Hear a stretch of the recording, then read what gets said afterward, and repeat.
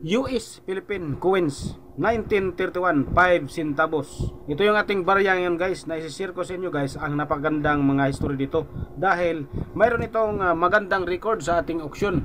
So tapusin lang ang video guys para malaman natin ang tungkol dito sa baryang ito guys. US Administration of the Philippines 1898 until 1946. After the Spanish-American War in 1898, the Philippines became a US territory. The US established a civil government and began issuing special coinage for the islands starting 1903. These coins were legal tender only in the Philippines, but they were backed by the US monetary system. The 5 centavos coins design and purpose. The 5 centavos was introduced to replace Spanish issue coins and establish a stable monetary system. The coin was part of a larger denomination series from centavos to pesos, designed specifically for the Philippines economy. It circulated widely for day-to-day transactions, much like nickels in the US. The 1931 issue was minted at the Manila Mint, marked with an M mint mark. It was one of the last years before the coin design was updated and before World War II disrupted the coinage system.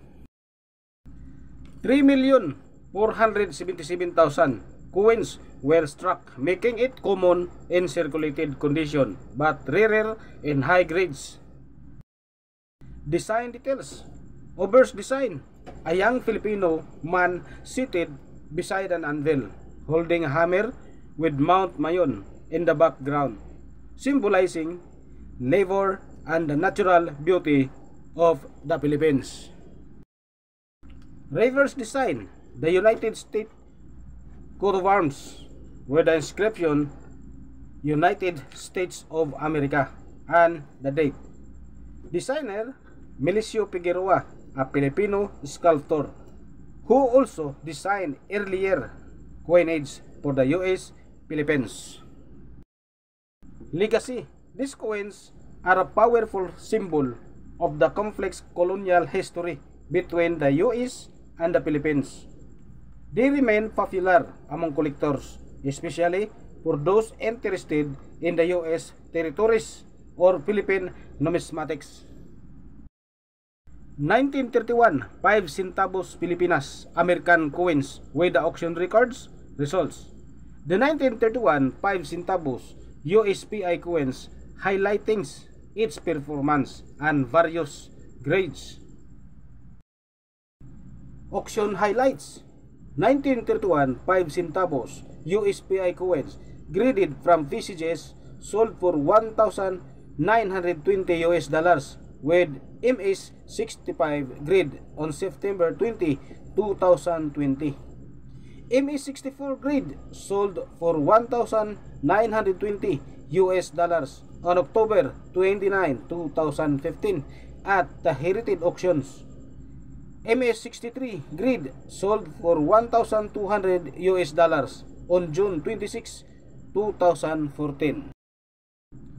MS62 grade for NGC sold for $720 on July 5, 2012. Dito naman tayo guys sa ating lower grades. F12 achieves $120 on April 23, 2023. MS64 grade for sold for $1,200 on May 15, 2011. Observation. High-grade premium coins graded MS65 and above command significant premium due to their rarity and exceptional preservation. RID or RD designations specimen where the RD designation indicating original red colors are particularly sought after collectors.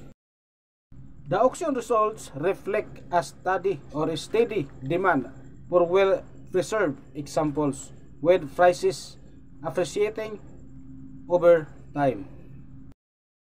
Kung mayroon kang mga coins na katulad nitong mga itsura guys, mas maganda na dalhin natin sa mga coin collectors na mga professional dahil pwede natin paggraduhan doon sa kanila. Dahil napakaganda kung mayroong grado ang ating mga coins na hinahawakan dahil mataas talaga ang ating mga presyuhan sa baryang ito guys.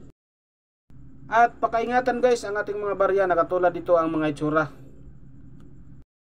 Dahil tinatawag din itong rare. Maraming salamat sa panonood guys at God bless sa ating lahat.